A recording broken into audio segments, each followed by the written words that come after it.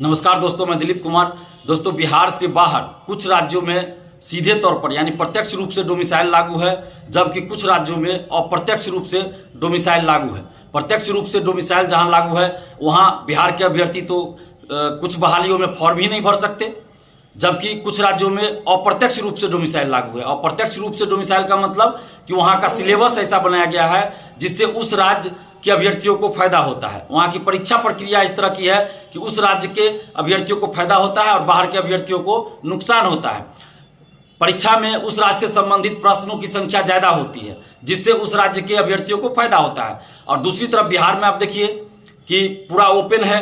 TRE 1 में domicile पहले लागू किया गया, लेकिन फिर हटा दिया गया। और यहाँ कुछ परीक्षाओं में तो ऐसा है कि बिहार से संबंधित प्रश्नों की संख्या कभी एकदम नहीं, बिल्कुल नहीं होता है, तो कभी 2-4 क्वेश्चन पूछा जाता है। तो इसके चलते बिहार के अभ्यर्थियों को नुकसान हो रहा है। बिहार में भटक रहे हैं, इधर उधर नहीं हो रहा है समस्या का समाधान। ऑफिसर्स एकेडमी चले आइए। अगर सपना है आपका बिहार दरोगा, बिहार पुलिस, बीपीएससी शिक्षक भर्ती, बीपीएससी सिविल सर्विसेज या फिर लाइब्रेरियन की तैयारी, सिर्फ एक नाम, द ऑफिसर्स एकेडमी। जनसंख्या भी ज्यादा है, रोजगार का एकमात्र सबसे बड़ा साधन सरकारी नौकरी है। यहाँ उद्योग धंधा नहीं है, फैक्ट्रियां नहीं है। जो भी फैक्ट्रियां पहले थी सारा बंद हो चुका है। और रोजगार का जब सबसे बड़ा साधन और एकमात्र साधन सरकारी नौकरी है, और उसमें भी बाहर के लोग ज्यादा आ जा रहे हैं, तो इससे बिहारी अभ्यर्थियों को नुकसान हो रहा है। बिहार में बेरोजगारी बढ़ रही है और यहाँ शिक्षित बेरोजगारी ज्यादा बढ़ रही है।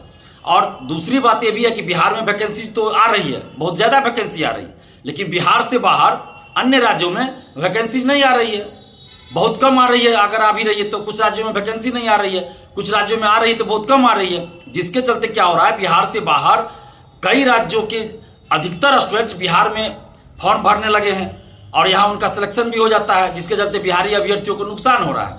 और अब देखिए बीपीएससी के कुछ अधिकारी, कुछ समय पहले आप देखिएगा कई अधिकारी यूपी कैडर के रहे हैं, यूपी के निवासी भी रहे हैं। और अभी टीआरई 1 में भी आप देखिए, टीआरई 2 में देखिए, टीआरई 3 में देखिए, यूपी वाले का सिलेक्शन ज्यादा हुआ है। जनरल कैटेगरी में आप देखिएगा तो ज्यादा हुआ है। और आरटीआई से जो डाटा आया है उसमें ये चीज आया है कि कुछ क्लास में, कुछ सब्जेक्ट में ऐसा हुआ है जनरल कैटेगरी में कि बिहार के अभ्यर्थियों को जितना सिलेक्शन हुआ है उससे कई गुना ज्यादा बिहार से बाहर के अभ्यर्थियों का सिलेक्शन हुआ है।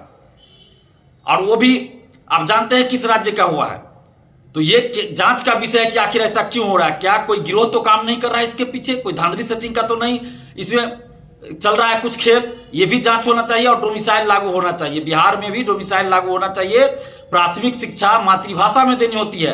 आंध्र प्रदेश से, तमिलनाडु से, पश्चिम बंगाल से जो यहाँ शिक्षक बन गए, वो क्या बच्चों को पढ़ाएंगे? क्या वो वार्तालाप कर पाएंगे? क्या बच्चे उनकी भाषा समझेंगे या बच्चों की भाषा वो समझेंगे? बिल्कुल नहीं।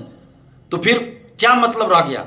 इसलिए प्राइमरी एजुकेशन में 100% यानी 100% डोमिसाइल लागू हो और उसके ऊपर के क्लास में 90% डोमिसाइल लागू हो।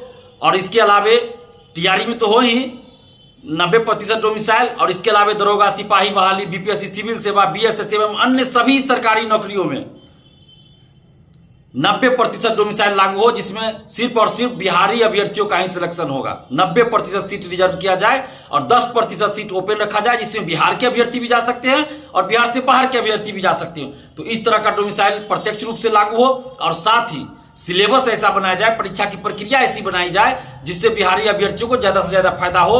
बिहार से संबंधित क्वेश्चन पूछा जाए। अभी आप देखिए दरोगा, सिपाही बहाली हो, बीएसएससी हो या कभी कभी बीपीएससी सिविल सेवा में भी बिहार से संबंधित प्रश्नों की संख्या 2-4 ही रहती है।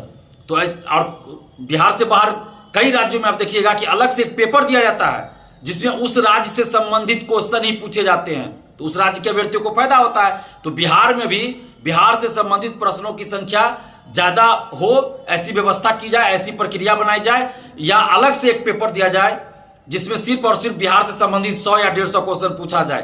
ताकि अगर बिहार को सही से नहीं जानेंगे, बिहार को सही से जानेंगे नहीं तो बिहार में नौकरी कैसे करेंगे और बिहार को इससे क्या फायदा होगा? जब बिहार के बारे में जानेंगे नहीं लोग जो नौकरी करेंगे तो बिहार को फायदा क्या होगा? इसलिए बिहार में नौकरी करना है तो बिहार के बारे में पहले अच्छे से जानना भी जरूरी है।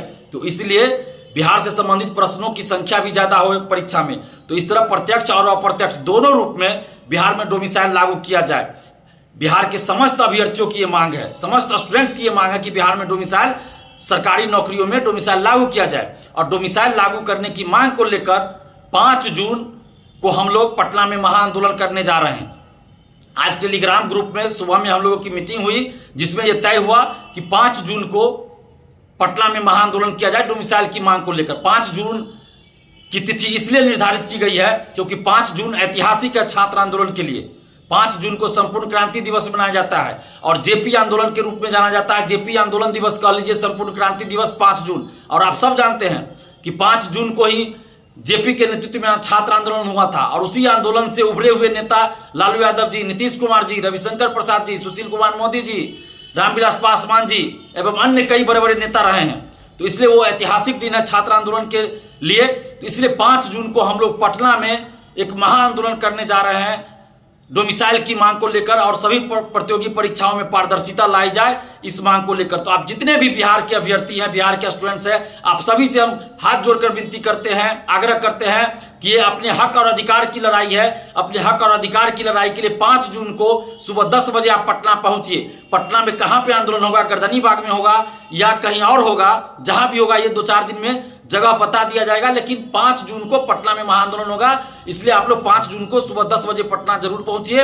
ये आपके अधिकार की लड़ाई है। और हम एक बात और कह दें कि हम बाहरी का विरोध नहीं कर रहे हैं। ऐसा नहीं कि हम बाहरी का विरोध कर रहे हैं, नहीं, हम सभी हिंदुस्तानी हैं, भारतीय हैं। लेकिन चूंकि बिहार में आप जानते हैं बेरोजगारी ज्यादा है, फैक्ट्रियां नहीं है, तो अपने हक और अधिकार के लिए हम लोग चाहते हैं कि बिहारियों के लिए कुछ रिजर्व किया जाए। क्योंकि अन्य राज्यों में बिहार के अभ्यर्थी फॉर्म नहीं भर पाते या फॉर्म भी भरते तो वहां उनका सिलेक्शन नहीं होने दिया जाता है। तो ये बिहारी अभ्यर्थियों के हक और अधिकार की लड़ाई, हम लोग किसी का विरोध नहीं कर रहे हैं।